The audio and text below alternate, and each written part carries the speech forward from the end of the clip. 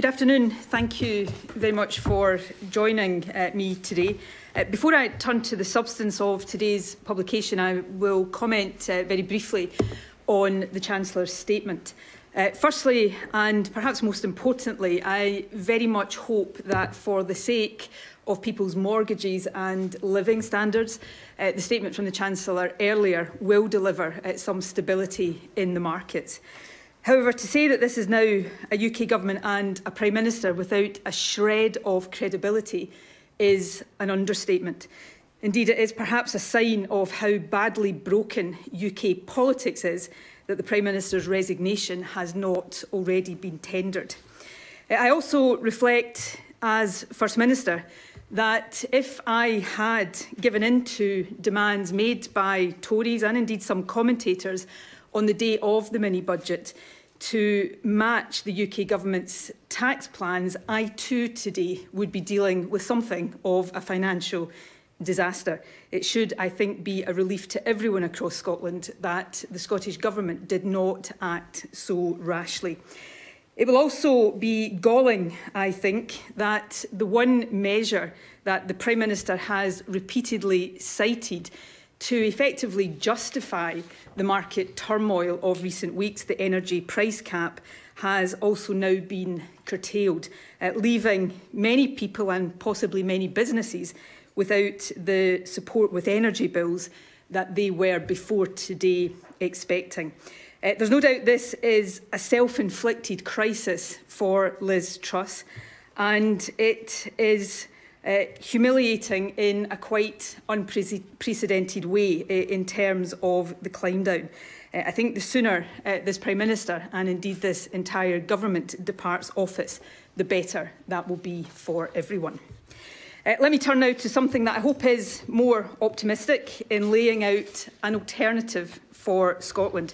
Now, I have a lot of detail that I want to cover today, so I would ask people, particularly the journalists in the room, to bear with me once I have finished speaking. However, I will give every journalist in the room who wants to the opportunity to ask a question. In today's paper, we make the economic case for independence. Fundamentally, we argue in this paper that a stronger, fairer, more sustainable economy is more possible for Scotland with independence than it ever will be with continued Westminster control. By combining Scotland's many economic strengths and abundant resources, particularly our vast renewable energy potential, with the policy levers that come with independence, an economic model built on social partnership and good, stable governance, we can build a well-being economy that works for all. We also address in this paper key questions on currency, fiscal sustainability and trade, and I'll say more on these topics shortly. In 2014, the choice before the Scottish people was framed by Westminster parties as the strength and stability of the UK on the one hand and the uncertainty of independence on the other. The reality in the years since has been very different. It is glaringly obvious now that the UK does not offer economic strength and stability or financial security. On top of an already crippling cost of living crisis, calamitous decisions in recent weeks taken by a government Scotland did not vote for have sent mortgage rates through the roof and brought pension funds to the brink of collapse. It is now very clear that we also now face another round of austerity cuts that will damage our public services, perhaps existentially, push more people into poverty and further shred the safety net that is so essential to any decent society. So that is the so-called certainty that continued Westminster governance now offers us. And while recent events have brought this into sharper focus, this is a crisis long in the making, and it is not a temporary phenomenon. The UK economy is in long-term decline. The UK economic model is failing and failing badly. The facts speak for themselves.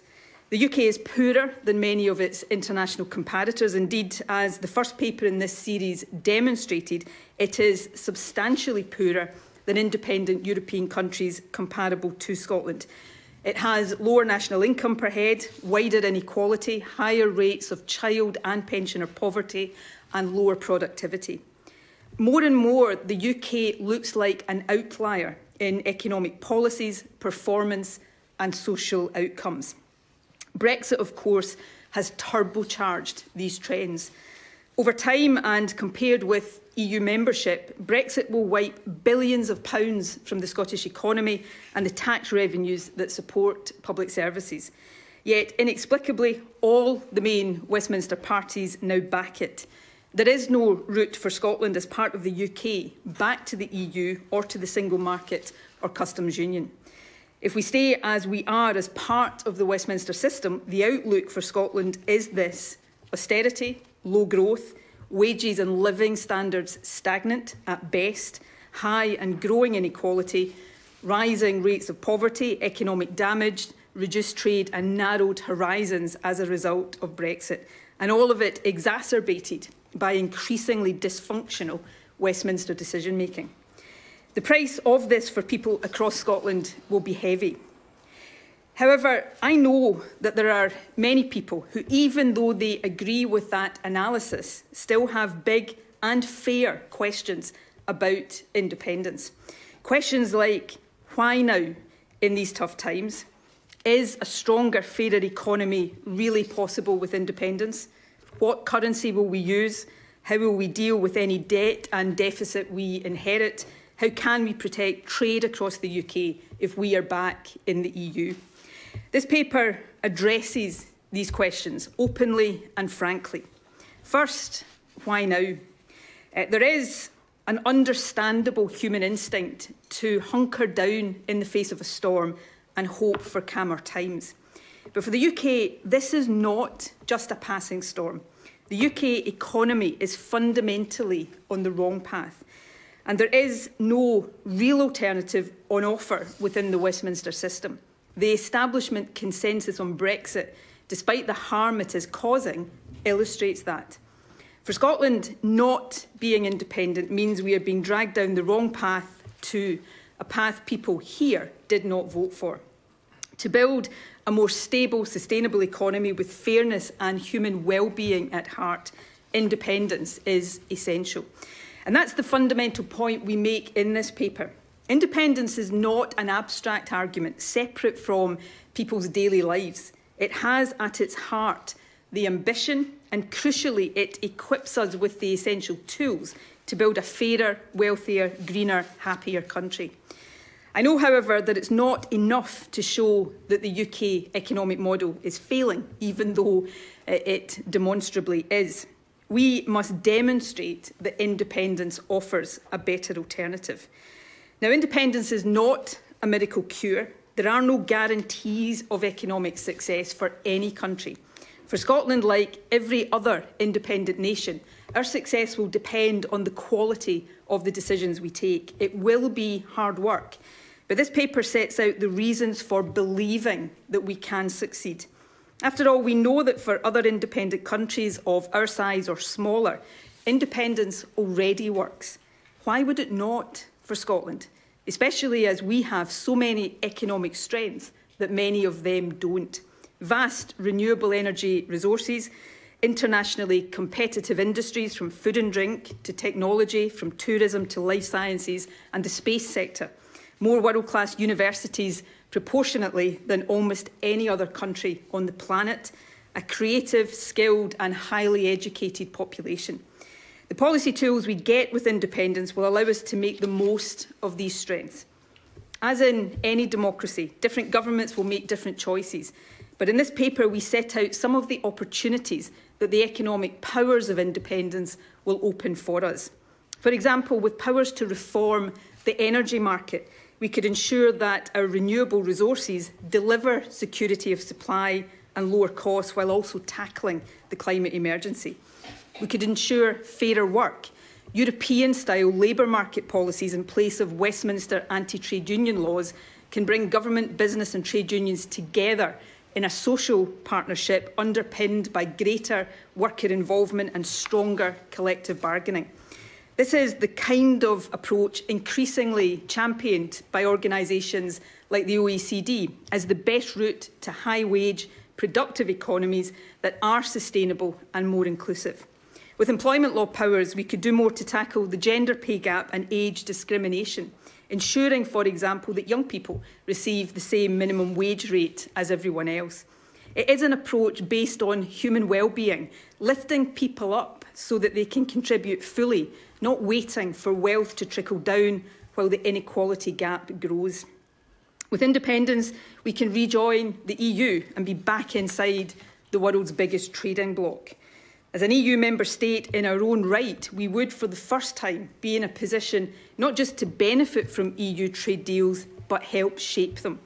We would have an immigration policy tailored to our needs, and we would have the stability of knowing that the governments making the decisions that shape our economy have actually been elected by us.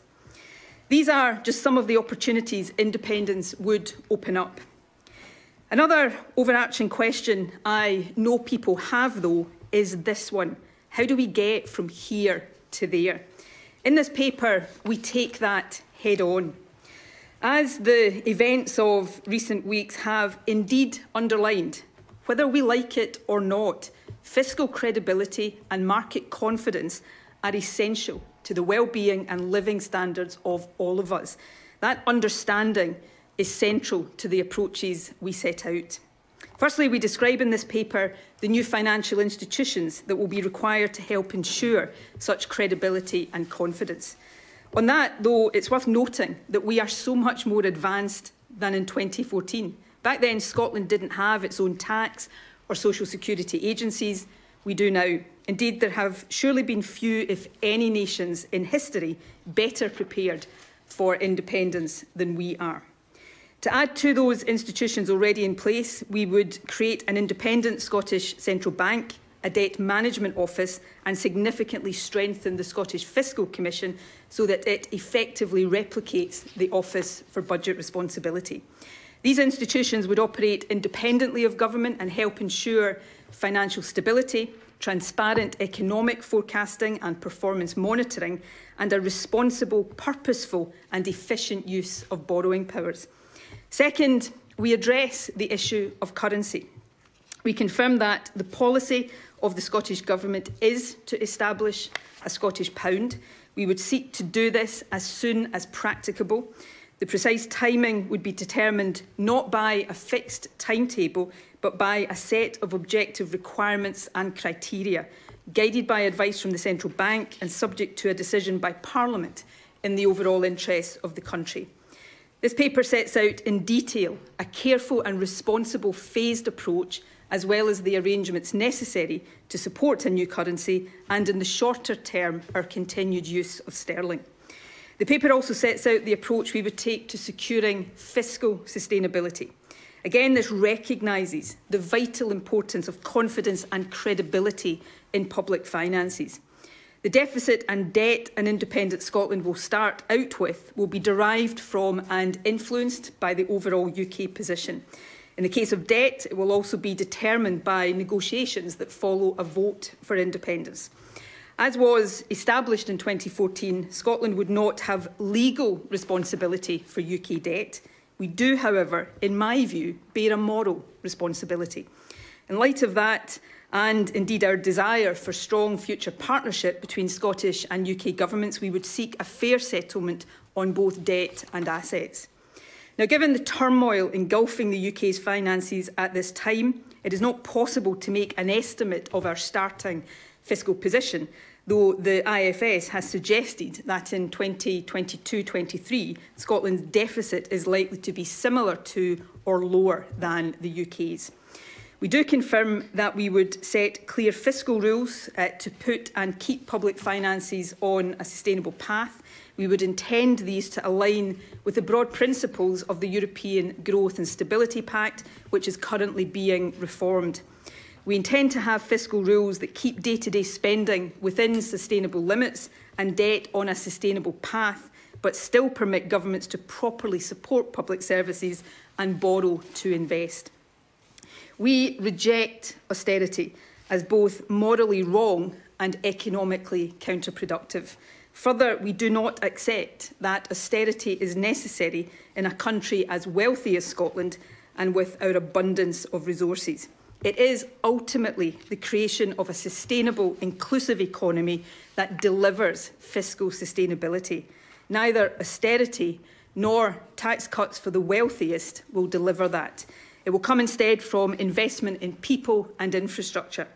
That is why we propose in this paper the Building a New Scotland Fund. Oil and gas is a declining asset, and our obligation to the planet means that we must move away from fossil fuels as quickly as possible.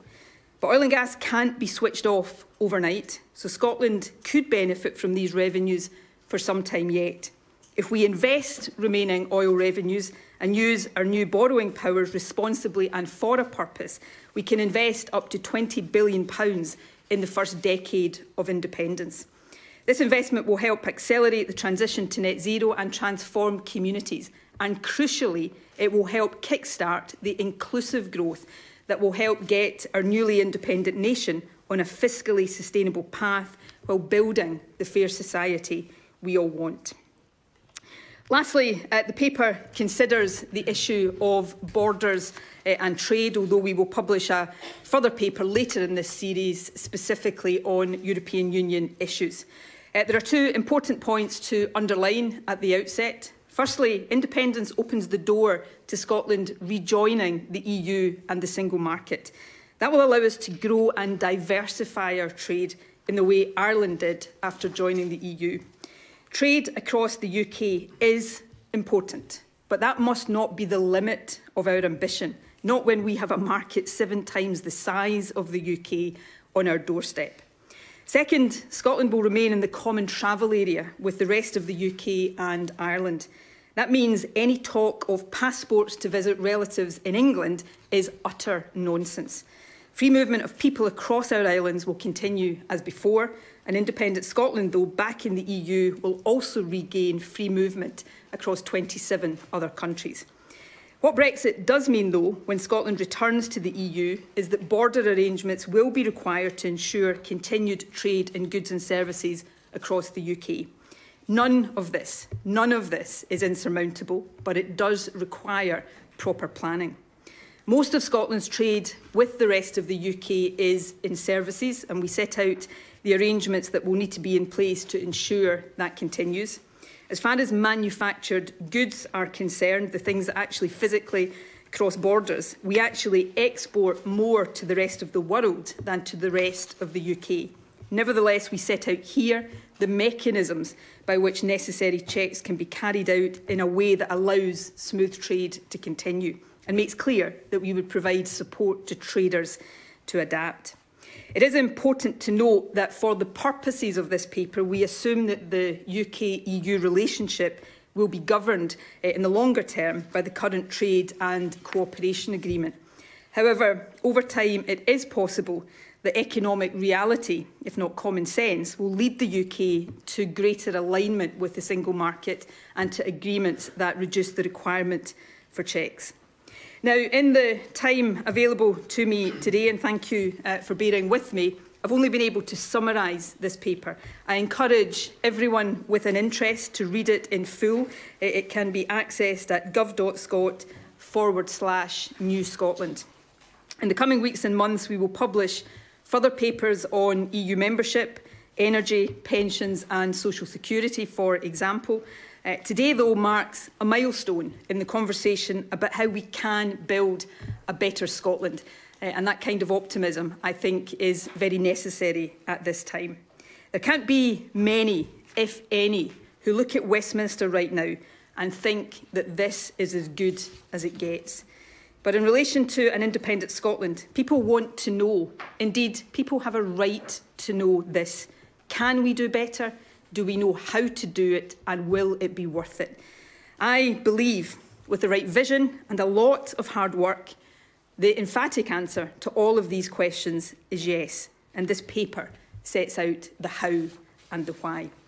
Thank you all very much indeed for listening. I will now go to questions. What I'm going to do is just go through the list of journalists I have in front of me here right now. I'm not trying to put anybody on the spot, though, so anybody who doesn't want to ask a question, feel free to say so. But I will go through everybody on the list so that everybody gets the opportunity. And I will start with Lindsay Buse from the BBC. Lindsay. Thanks, First Minister. You've obviously set out some of the detail of your economic proposals for independence today in this paper, but do you accept that for voters looking at this document, there's still a great deal of uncertainty because a lot of this would be subject to negotiations? For example, EU membership requires the agreement of the EU, and a trade border with the rest of the UK would be subject to negotiations with the rest of the UK. No, I do accept that we will have a requirement to continue to provide information and to update information as circumstances change, and in some respects circumstances over which we have no control, the turmoil in the UK right now, as we progress towards a choice on independence. And we will seek to do that as fully as we possibly can. Just as we did in 2014, we will endeavour, and I think it's really important that we set out as much information as we possibly can, and that's what this series of papers is seeking to do. And you know, if you take Europe, for example, there will be a paper, as I said, I think a moment ago, dedicated to issues around European membership. Yes, there will be a process of negotiation that is required there, but nobody with any credibility seriously suggests that Scotland would not be welcome back into the European Union. And while there would be a process of negotiation, most people who know what they're talking about on this issue are very clear that that would not be a particularly lengthy process. But these are issues that we will continue to update and inform people on. The last thing I would say, though, is we will also be candid with people that there is an inherent uncertainty in the future for everybody, for every individual, family, business and country. There are some questions that no country can answer definitively because it depends on circumstances and the decisions that are taken. And that comes back to an essential point here. This is not a choice, as it was often framed as in 2014, between certainty on the one hand and uncertainty on the other hand. The future is inherently uncertain. The question for Scotland is, how do we best navigate that uncertainty? And I think that's with governments that we vote for, rather than governments that we don't vote for, pursuing an economic policy based on the values of the majority in our country and harnessing the power of our abundant resources. Independence is not a guarantee of success, as I've said, for any country, but having the powers, the levers, the decision-making in your own hands, whether you're an individual or a nation, better equips you to face up to challenges than allowing other people to take decisions for you. James Cook. Thank you, First Minister. Clearly, your argument is that the current situation with the Scottish economy is unsustainable and you want to transform the economy in an independent Scotland. But the current situation, as your paper accepts, involves a huge gap between tax revenue and public spending, nearly £24 billion, much, much higher than the UK average. If you're honest with the voters, as I'm sure you want to be, is it not simply a fact that the first years, perhaps even the first decades of an independent Scotland would require tax rises, spending cuts, vast and expensive borrowing, or a combination of all of those? Well, let me seek to answer that question candidly. And I did reference the need for borrowing in the early years, certainly, but most governments in developed countries borrow all of the time for investment and also to cover gaps in between their revenues and their expenditure. And most countries in the developed world have deficits. Now, in terms of Scotland's position, and Scotland's current position, of course, is a reflection of Westminster governance, not a reflection of life in an independent Scotland. But nevertheless, the position we inherit is the one we will have to manage. One of the points I made in my opening address is that although we are not seeking, given the turmoil in UK finances right now, to estimate at this stage what the opening position would be, and we will potentially update on that, should it be possible, in the months to come. But the current estimate of the Institute for Fiscal Studies is that the next GERS publication, which will cover this financial year, will actually show Scotland's deficit similar to or potentially lower than the UK's. You and I know that's oil. That is the current high oil price. And wasn't that the mistake you made in 2014, was looking at that? I think if you had not interrupted me, you would have found that was actually going to be the next words out of my mouth. Sometimes not interrupting gets you further than interrupting, James. So that is to do with the oil revenues. But therein lies the choice. Because of that, what we are describing here as a windfall, oil and gas, as we have learned in previous years, is a volatile asset. And as we look ahead, put aside the price of oil, there are other factors, not least the maturity of the North Sea Basin, that means that is a declining resource. So if we take that windfall opportunity to invest in infrastructure, not only can we accelerate the transition to net zero, but we can kickstart the kind of growth that helps us much more than making cuts or increasing taxes would do to grow the economy and over the medium term get our finances onto a sustainable path. That's the point, the medium term, First Minister, isn't it? You can't have it both ways. You can't invest that money in an oil fund to help the economy in the long term and also say that there won't be tax rises or spending cuts or expensive borrowing. Well, I'm just asking you, will there not be those things in the short to medium term? You find if I'm able to speak, you get better answers than if you just keep talking over me. I am not trying to say we will do both. So as we use oil revenues to invest, to kickstart growth, which increases the revenues in our economy, day-to-day public spending will operate within the fiscal rules we set. And these fiscal rules, as they are with any country, is not about delivering budget balance immediately. It's about delivering budget balance over a period of time. And if you grow revenues, that gets you to that, I think, in a better and more sustainable way, and in a way that is better for society than the alternatives you talk about. So for any country, it is about that balance. We are setting out here how we think we can achieve that balance in a better way. And incidentally, because this goes to the heart of your question that I'd have got to quicker had you not interrupted me twice, I'm only teasing. I'm only teasing, but we've got lots of questions. I am accountable, which is why I'm going to stand here until every journalist in this room has got the chance to answer a question, unlike some.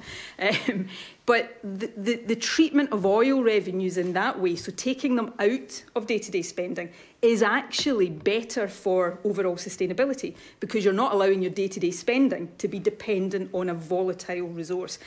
Is this an easy path for any country right now? And deficits have grown across most countries because of the pandemic. Is this an easy path for any country? No, but it is one that we are able, doing it this way, to guide through a sensible approach consistent with our values. Right now, we are facing another period of a UK government trying to balance the books on the back of the poorest in society through austerity cuts that the Chancellor has just said this morning are coming down the track. So these are about choices. You're absolutely right about that. But we are making different choices. And independence is essential to allow us to implement very different choices. Anyway, thank you for that interaction. Ewan Petrie from STV. Thank you, First Minister. I know you said you would say more on pensions at a later date, but I wonder, it's a big issue for a lot of businesses, a lot of individuals. So at this stage, can you tell us who will take on the liability for paying those pensions and how that would work? The Scottish Government, we said that in 2014. I have said that in recent months in the context of another choice on independence. The Scottish Government will be responsible for paying the pensions of those with state pensions in an independent Scotland, either those who have that when we become independent and for those who become entitled to a pension later on. As with all sorts of things, there will be a negotiation about accumulated assets and debt that will take account of, you know, the sort of funding of pensions over the past. But the responsibility for pensions will be the Scottish Government's. Incidentally, and GERS, which I know everybody's very fond of the GERS publication, bears this out. Even if you exclude oil revenues from Scotland's balance sheet, the revenue that we currently raise in Scotland is already sufficient to cover all day-to-day devolved expenditure, all social security expenditure, including the state pensions. So we will set out more detail on pensions, which will cover the state pension, but also the arrangements for private pensions later in this series. The last point I would make on this, though, is we hear and heard in 2014 a lot of scare stories about a lot of things, and pensions was one of those. It is not because Scotland has been independent that pension funds in the last 2 weeks have been brought to the brink of collapse. That has been entirely down to a UK government taking calamitous decisions, and actually getting away from UK governments we don't vote for taking calamitous decisions is actually one of the arguments for Scotland being independent.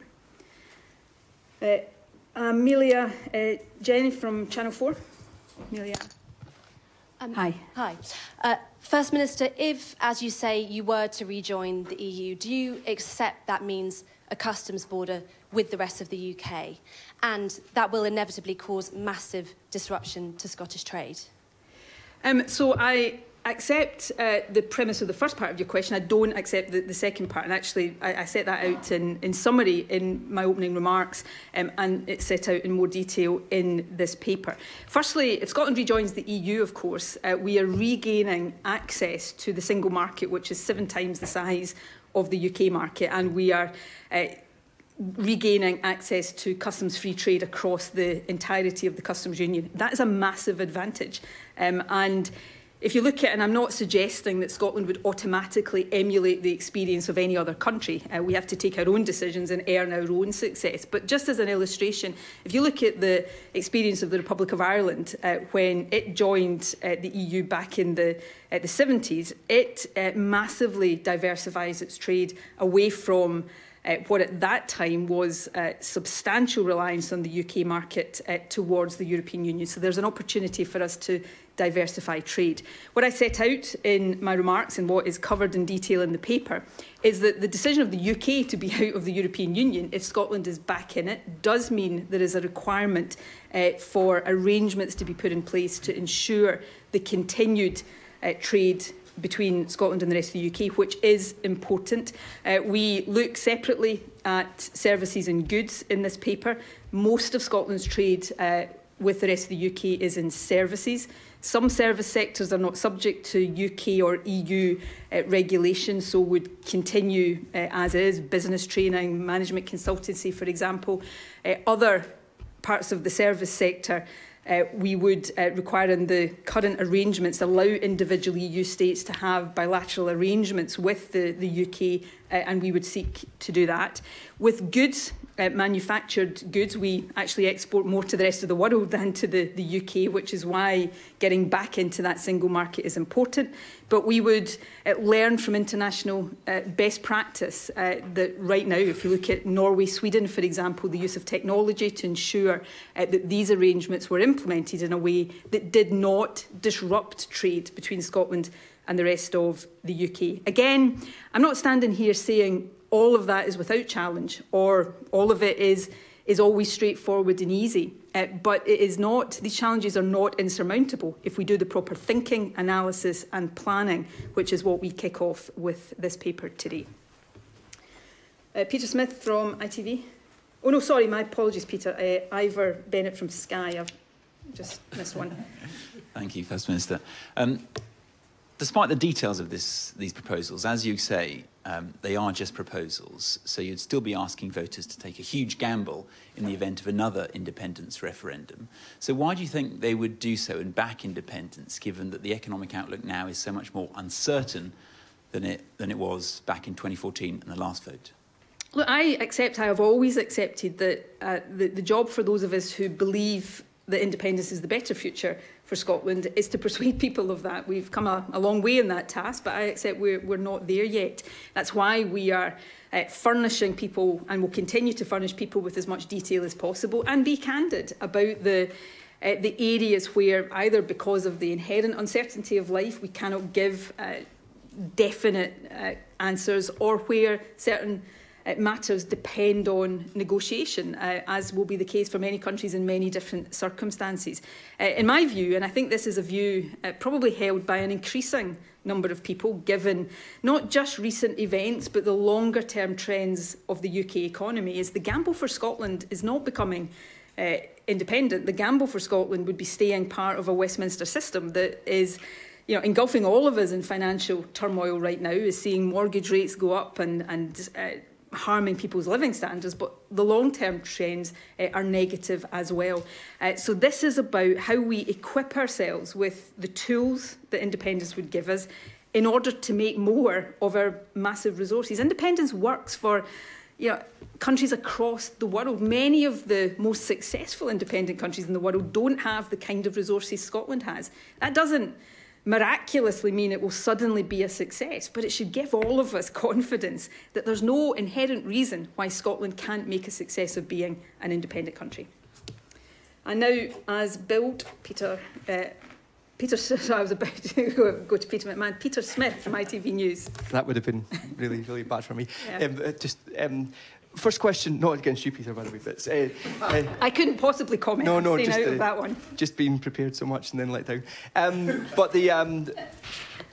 Look, the proposal, your idea of proposing to continue to use the pound, is the point at which an independent Scotland would be most vulnerable. It's been described as like living in a brand new house with no house insurance. You have no control over your interest rates. And interestingly, much of your economic case is built on the opportunities when you rejoin the EU, but you can't do that while you're using the currency of a non-member state. There are responsibilities on new members to fall in line with fiscal and economic policies of the EU, and you wouldn't be able to do that if you don't have either the euro or your own currency and control over those aspects and those levers. So what I'm interested in asking First Minister is, how long would Scotland continue to operate in that vulnerable position using the currency of another country? So, firstly, I would never knowingly let you down, Peter, so I just want to make that clear, and I'll move on to your questions. In terms of, just as an aside, it's an important aside, but I don't want to get sidetracked. On the EU point, where, the point you are making is a legitimate one, but there is nothing that would stop an independent Scotland or any country applying to join or rejoin, in our case, the EU, before we have our own currency. Clearly, the negotiation around rejoining and the process of establishing our own currency would be processes that we would want to align. But the idea that we would have to have our own currency before we start that process of re-entry to the EU is not the case. In terms of the more substantive... It's control over the levers, which part of your currency would... Yeah, but we can get that process underway, and then we have a process in which we would be re-establishing membership of the European Union while we were going through the process that I'm going to come on to. Look, you need to, and if I was to say anything else, you would rightly say that I was being unrealistic. If I was to say, and there are people in my own side of this debate who would love me to stand up and say, on day one of independence, we will suddenly have our own currency. That is not possible. We need to make a transition from where we are to having our own currency, and that is what we set out. Now, during that period, when we continue to use sterling, which we are free to do because it's an internationally traded currency, it doesn't depend on agreement with the UK, we would be in a position of our monetary policy still being governed by the Bank of England. Now, that, for a transitionary period, is necessary. But we do not consider that that is a sensible position longer term, which is why we are stating the policy of moving to a separate currency as soon as practicable. Now, why don't we put a particular timescale on that? Because we consider that that would be not responsible, because one of the criteria for the exact time at which that move is made would be the overall economic conditions. And therefore, if you tie yourself into a specific timescale, you could end up trying to do it at a time that would not be optimal. So instead, and I appreciate you haven't had the chance to look at this in detail, we set out requirements and criteria that would guide that process. together with advice from the Central Bank and ultimately a decision of the Scottish Parliament. But because of what you have outlined there in terms of that period where we'd be using sterling, we would want that period to be as short as practicable. First Minister, I'm just trying to get the people want information and they want this. You've spent a long time building up to this publication and you still can't say, are we talking 2 years, 5 years, 10 years, realistically? Also, I just would like to ask you, First Minister, people will, I mean, the independence case in 2014 was, many people say, won and lost on the independence case for the economics of an independent Scotland. People can now see what your plan would be for the economics of an independent Scotland, and you are determined to let the people of Scotland have their say, either in a referendum or a de facto referendum. If they reject it, will you concede defeat on this point, and would you resign?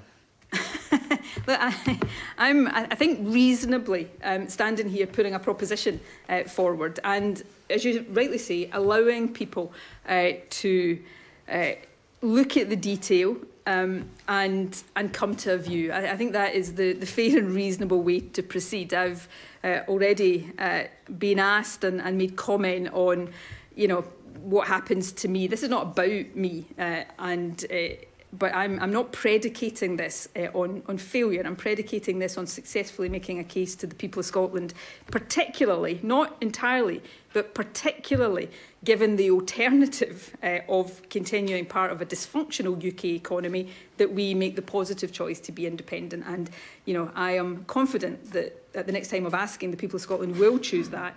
And if the alternative turns out to be the case, then you'll have the opportunity to ask me about that at the time. And now, Peter McMahon from ITV Border. You never get too many Peters, First Minister. Well, I should probably say there can never be too many Peters. And those who understand why I say that. First Minister, you've said that you want an independent Scotland to rejoin the EU. You've also assumed in this paper that it's likely the rest of the United Kingdom will not be in the EU, and therefore you've conceded there will be trade borders. Now, your paper says here, any actual physical checks would likely be only undertaken on the two main trunk roads between England and Scotland or at rail freight terminals. Could you say what those main roads are? The M6, the A1, I presume? And also, given that someone like Professor Nicola Sturgeon has identified there's 154 kilometres of border, 25 crossing routes roughly, mostly minor routes, but crossing routes nonetheless. How would you avoid, if there are trade barriers, people avoiding trade and effectively smuggling across the border? Before I go into that, I just want to amend one of my previous asides to you. There is actually only one Peter that matters to me, which I think is the important thing to say. Look, well, not to try and dodge a question, but I've said we will publish further detail around European Union issues. So some of these issues we will develop further from what is in this paper. So in terms of the roads you talk about, yes, and we are being candid here about the implications of Scotland being back in the EU when the rest of the UK, wrongly in my view, is out. That is a feature of Brexit, and the benefit Scotland gets from that, in my view, outweigh the challenges that we would face. We would, and the paper goes into some of the detail on this, we would, as many other countries already do, I've used the example of Norway, Sweden, increasingly use technology to do this. And these are these challenges that we wish we didn't have? Yes, but that is, if we want to be back in the EU with all of the benefits, many benefits that come from that, we have to overcome these challenges. It is possible to do, in my view, with proper planning and being open and candid with people, as we will be along the way. But there will be border checks on the England-Scotland border. We will have to have arrangements in place for the transport of goods. I've already set out the differences between services and physical manufactured goods. But let's not lose sight of the two things. Firstly, with proper planning, the ability to do that in a way that doesn't disrupt trade. Trade between Scotland and England is important. Trade between England and Scotland is important to England. But that should not be the limit of our ambitions. We have a market 7 times the size of the UK's on our doorstep, and we should be seeking to put arrangements in place that allow trade across that. That is the first point to make. So these arrangements, I believe, can be done in a way that doesn't disrupt trade, but the benefits we get from that, I think, outweigh the challenges that will come from it. Alan Zazinski from Global.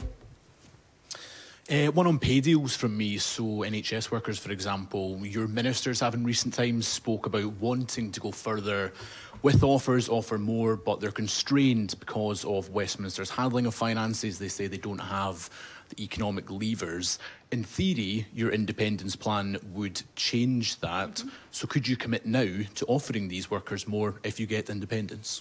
Well, I mean, obviously, individual pay negotiations, and it would be actually going against the spirit of pay negotiations to sort of look, a year, 2, 3 years ahead and say what we would be having on the table then.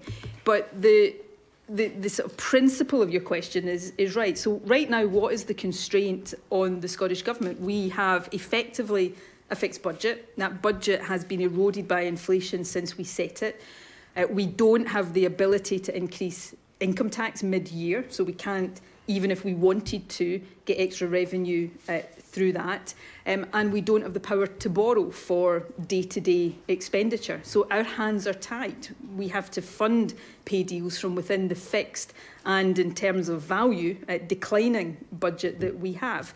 With independence, we will be, in a way, as previous questions have covered, in a way that will pose its own challenges, but we will have access to all the normal economic and financial levers that other independent countries have. We will still have to make choices about, do we think this area is more important to spend money on, for the purposes of this question, public sector pay deals, versus another area we could spend money on. So the difficulty of the choices is still there, but we have the levers to make those choices at our own hand rather than being constrained by decisions that are taken elsewhere. Craig Payton from PA. Thanks, First Minister. Just to come back to the issue of currency, it says here that one of the criteria for moving to the Scottish pound is that Scotland is fiscally sustainable. What does fiscally sustainable look like in terms of this, and what measures can be put in place to make sure that this transition period doesn't go on and on? Well, as I said, I think in response to James or Peter, I can't remember which one, fiscal sustainability is not about an overnight balancing of the budget for any country. It is about, assessed by the institutions that we've spoken about here, a central bank, the beefed up Scottish Fiscal Commission, assessed by them that we are on a medium path to fiscal sustainability, both in terms of deficit and the path of debt. And these would be judgments that would be informed for Parliament, who would take the ultimate decision, by the independent assessments of these institutions. The point we're making in this paper is that for any country, being fiscally sustainable is, particularly in the times we live in right now, challenging. But as we've learned in the UK in recent weeks, it is also essential.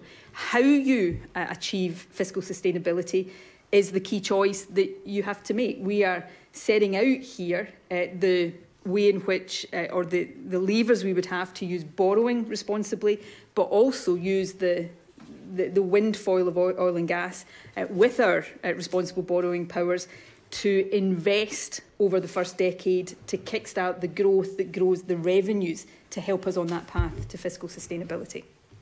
Kieran Andrews from The Times.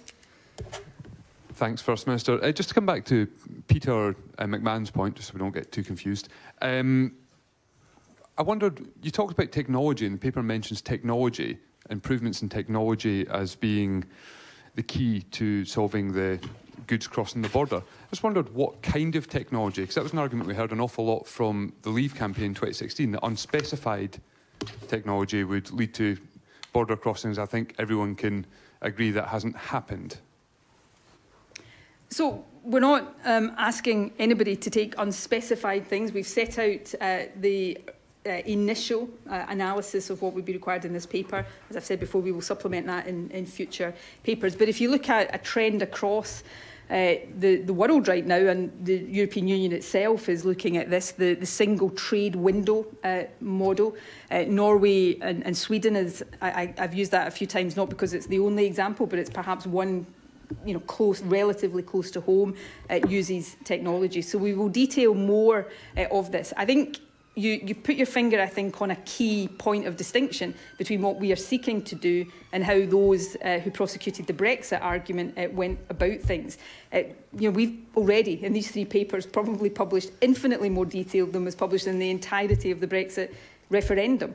We are intent on setting out as much detail as we possibly can to inform these decisions. Ultimately, it will be a decision for people in Scotland to weigh up and to take, but the process we're going through right now is intended to fully inform it. Okay, sorry, but there's no detail in there, it just says technology. Well, what I've said is we're setting out here, so we've done in this paper the analysis of Scotland's trade flows, the services and goods distinction that I have talked about. With goods, we've got trade in goods from Scotland to England. There's also, which is set out here, the additional issue of goods that are intended from Scotland to the international market that transit through England. We set out the broad approaches that other countries take, and we are in a process of looking at that international best practice as we design how this would work for Scotland, and that will be detail that we set out in more depth in a future paper in the series. Alistair Grant from the Scotsman. Hi, First Minister. Thanks very much. Just on the issue of borders again, and the claim that any actual physical checks be likely limited to these 2 main trunk roads. Does that mean that there wouldn't be, as far as you're concerned, any other physical checks in those remaining 20-something routes into Scotland? And how would you manage things like queues and backlogs in those 2 routes? That is what we're saying in this paper. I don't want to just repeat myself of what I've already said. We're setting out in this paper the broad approach that we would take, which we will supplement with more detail on exactly these points you're talking about later in the series. Chris McCall from the Daily Record. Hi, First Minister. Thanks very much. Events of recent weeks have shown how important it is for a country to have access to a central bank to protect things like pension funds. Do you accept that Scotland would be at risk of market volatility for however long it relied on the Bank of England to set monetary policy?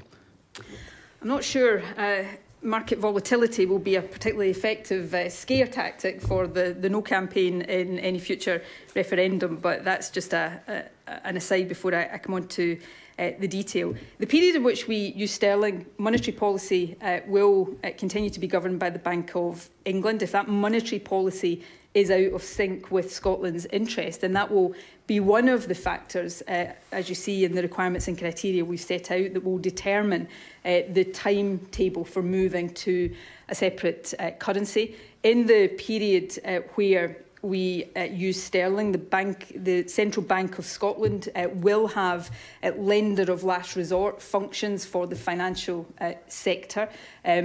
It will build up its remit as we move into a separate currency. So even in that first phase, it will require to hold sterling reserves, not foreign exchange reserves. That will come later on. Sev Carell from The Guardian. Thank you. Thanks, First Minister. Just actually following on from the central bank question. So your paper is very clear that the central bank will be in operation, functional for day one of independence. But obviously in the run-up to independence, Scotland will still be part of the UK. You've already spoken about the need for the bank to be the lender of last resort for Scotland's financial sector.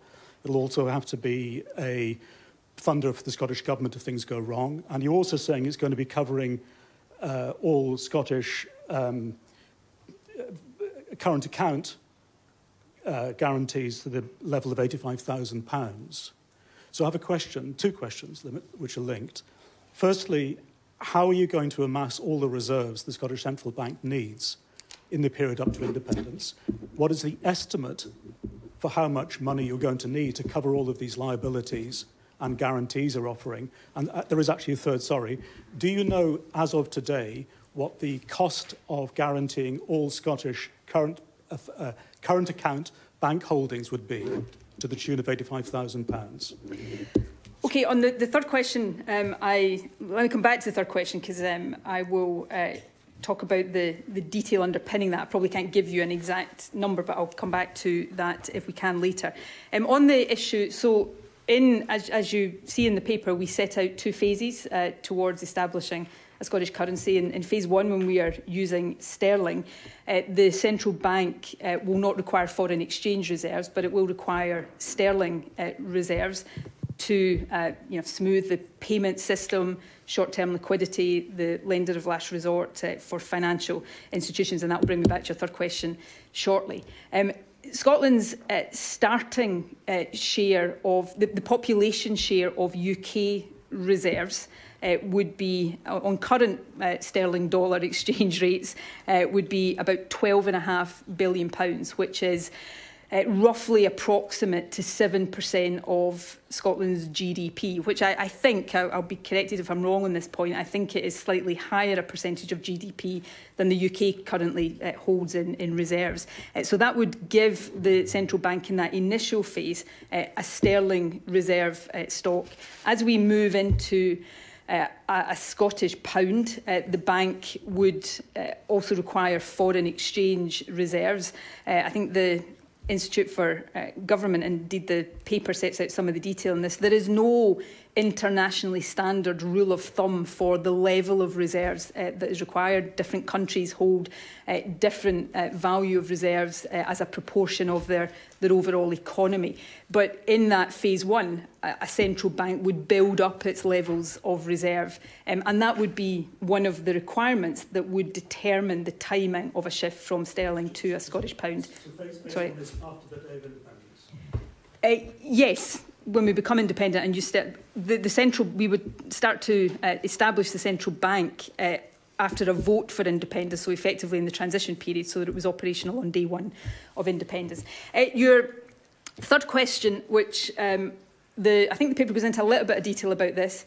Obviously, the size of the Scottish banking sector is actually different to it was in 2014 because of some of the restructuring in banks that have happened. So Scotland has a smaller domestic banking sector now than we did then. Our banks tend to be part of bigger international groups.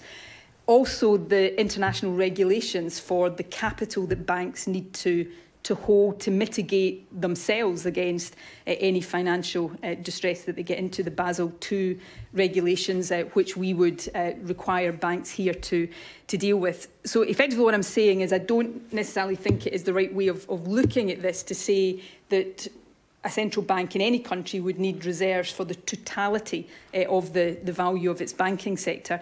But that level of reserves would require to be proportionate to that. If we are able to give you a figure for the precise question there, we'll get back to you later on. But I think it is a bit more complex, as the paper sets out, than just that key number. Tom Gordon from the Herald. Thank you, First Minister. Just a little bit more clarity on timescales, please. I know you can't give us an exact day in the calendar when we might move to a Scottish currency, but it seems you might well be able to give us a reasonable minimum estimate, given you have a lot of the preconditions set out here in terms of creating and establishing institutional infrastructure, establishing market credibility, fiscal sustainability. That sounds the work of several years. What's a reasonable minimum? I'm not going to put a number of years on it for the very reason I think it would undermine the careful managed phase process we're setting out here, and one that is overall governed by the interests of the country and the economy. Do you know? Have you worked it out? But that's precisely my point. If we were able to work that out, then we would take a completely different approach to the one we're setting out, which is it will be guided by requirements and also criteria advised by the central bank as we go. For reasons that I've covered in response to other questions, and the imperfection, if I can use that word, of the period when we continue to use sterling, we would want that period to be as short as practicable. So we want to move to a Scottish currency as soon as is practicable. But by definition, if you're saying that is to be guided by objective requirements and criteria, and then you try to put a number of months or years on that, then you undermine that approach. So we will follow the process set out in this paper, which makes sense for the country. Well, there's an obvious follow-up question to that is, as Peter Smith was pointing out, you have to have an independent currency before you can join the EU. and you would need several years to establish the credibility of an independent currency. Now, one of the big ticket items in this prospectus is vote for us and you can rejoin the EU. But if you can't tell us the timescale for the currency, you can't tell us the timescale for rejoining the EU either. Don't you owe voters a reasonable timeframe? I owe voters what I'm giving them is a candid assessment of the challenges and how we will go about overcoming these challenges. Clearly, as I said to Peter, making sure that these timetables were aligned, and people with a lot of credibility on European matters have spoken before about not the immaterial nature of that process, but the fact that that needn't be a lengthy process. So yes, of course, we would want to ensure, and part of the reason the paper goes into such detail about the way in which we would establish the central bank, because one of the requirements is not just the existence but the credibility of the central bank. So all of these things, you're absolutely right, are interlinked, and that's why it's important that we set out these processes in detail. I appreciate we are setting out the detail today on currency. We will set out in a paper coming in the not too distant future some of this detail on the process for rejoining. But despite the centrality of rejoining the EU to your case for independence, you cannot give us a time frame. You can't say if it's 5 years, 10 years, 20 years. I hope it would be shorter than all of that. But if I was to stand here... Give us a number then. No, I'm not. For the reasons I've set out... There's a minimum number. It's not my responsibility to write your headlines. That's probably not your responsibility either. Well, it's your responsibility to put the facts in front of voters. You're not doing it, are you? I'm putting facts in front of voters. I'm setting out a responsible process that which we would go through to meet that objective of Scotland back in the European Union. And remember, independence is the only route for Scotland back into the European Union. Michael Blackley from the Daily Mail. Thank you. You spent quite a lot of time in the 2014 independence campaign arguing against exactly the currency policies that you've set out today. So why were you wrong then and right now? And is it still the case, as you said then, that businesses are going to face quite considerable extra costs in England and Scotland as a result of having a different currency from our biggest trading partner? I don't think we were wrong in 2014. I think a currency union would have been a perfectly legitimate, valid, and I think it would have turned out to be an effective currency option for Scotland to have pursued. But if you recall, not just the UK government, but all of the main parties effectively vetoed it in the 2014 referendum. I think at the time, if memory serves me correctly, probably supported by the Daily Mail. So we're not going to put Scotland's future position into a place where it can be vetoed by a Westminster establishment. So we are setting out a sensible process for establishing a currency. And, if you listen sometimes to people in the opposition, they would have you believe that Scotland is the only country in the face of the planet that can't have a currency arrangement that works effectively, which is, patent nonsense. And I think you did say £500 million a year of costs for businesses in 2014. Is that still the case? I would never want to suggest that the Daily Mail would misquote me, and I'm not suggesting you are, but I'm not sure what you're quoting. If you send that to me later on, I'm happy to give you a response to it. Chris Green from the Eye. Thank you, First Minister. Given how much of this depends on sort of negotiations with the UK government post a yes vote at the EU, would it not be a sensible thing to do to commit to a confirmatory vote on the terms of the deal afterwards, so voters know exactly not just what you're proposing now, but what is actually agreed after that period? No, we're going to, stick to the precedent from 2014, the way, these things in terms of constitutional referendums are normally done. I will leave it to others who think an alternative approach would be appropriate to argue that. I think this is the right way to proceed, to ask people in Scotland whether they want to be independent or not, and to furnish them with the information to underpin that choice, and that is what we're seeking to do. Dan Sanderson from The Telegraph. Thanks very much, First Minister. Just to follow up on what Tom was saying, given you've accepted that Scotland couldn't rejoin the EU until it had its own currency, do you accept that that means that Scotland would face an undefined period, potentially a decade or more, outside of both the UK and the EU? And also, given the difficulties with all this, why, and you're clearly a big believer in the EU, why not just join the euro? What is it about that you don't like? Thank you. I don't think, put aside my preferences for 1 minute, I don't think Scotland would qualify automatically to join the euro. So that is, but I don't think it is the right option for Scotland.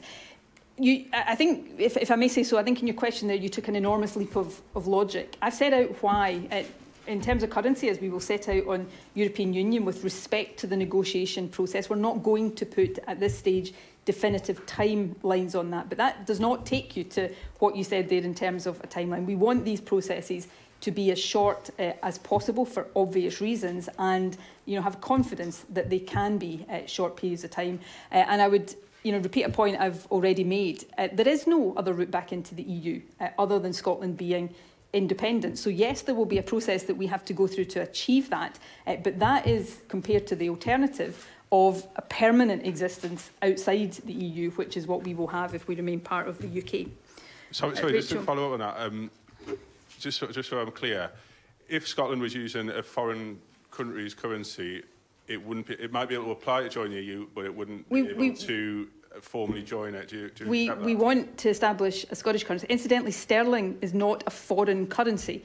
Sterling is Scotland's currency. It is as much our currency as it is any other part of the UK's. This would not be Scotland using another country's currency. It would be Scotland continuing to use our own currency, an internationally traded currency into the bargain. But for all the reasons I set out, including the issues that have been raised around the European Union, we want, as soon as practicable, to move to a Scottish pound because we think that would be the overall interests of the economy. Rachel Watson from The Sun. Just again on currency, it says here that the Scottish pound would be Scotland's legal currency, but people would be able to use sterling or other currencies after making that change. How would that work, and what other currencies are you talking about here? That's just a statement of fact, what people can do right now. I don't believe that when Scotland has its own pound, people would choose that, but people can choose to trade in different currencies right now, so that's no more than just a statement of fact and reality. Hamish Morrison from The National. Quite a lot of this document seems to be kind of predicated on what you've called a positive and respectful working relationship with Westminster during the negotiation period. What are your reasons for optimism for that? That's a very good question, actually. I think when Scotland is independent and we have a relationship of equals, as I said in my speech to the SNP conference last week, I do think that transforms the relationship both in spirit and in detail.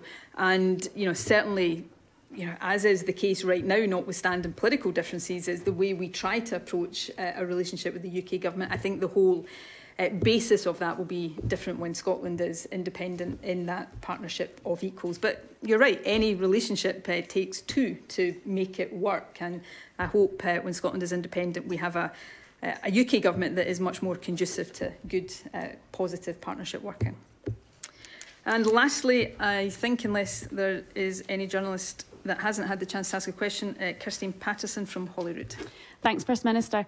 Can I ask, if the Supreme Court comes back and says, no, it does not agree with the Scottish Government's case, are you still committed to fighting the next general election as a de facto independence referendum? The position I set out to Parliament in June, I think it was, hasn't changed. So let me be clear on that. That said, the Supreme Court is currently considering its judgment following the hearing last week. I don't think there is any point, and it's probably not even appropriate for me to speculate on the outcome of the Supreme Court. I think it is fair to say once we have the Supreme Court's judgment, and I hope it will be positive, but I don't know, once we have the Supreme Court's judgment, I'm pretty certain I'll be standing here answering all of these questions in some detail at that point. First Minister, what if there's a general election before the Supreme Court? I will deal with that eventuality. I'm not in control of that. I hope there's a general election very soon because I want this rotten shower of a government, I hope, out of office. But I am not in control of that. and I will deal with these things as and when they happen. Part of the challenge, but part of the responsibility in government and in politics generally, is to deal with situations as they develop. So again, if and when that happens, no doubt I'll be back here, or maybe not in here if it's an election, answering those questions in detail. Did I miss anybody? This is not an invitation for second goes, or third goes, or fourth goes in some cases, naming no names. Thank you all very much indeed.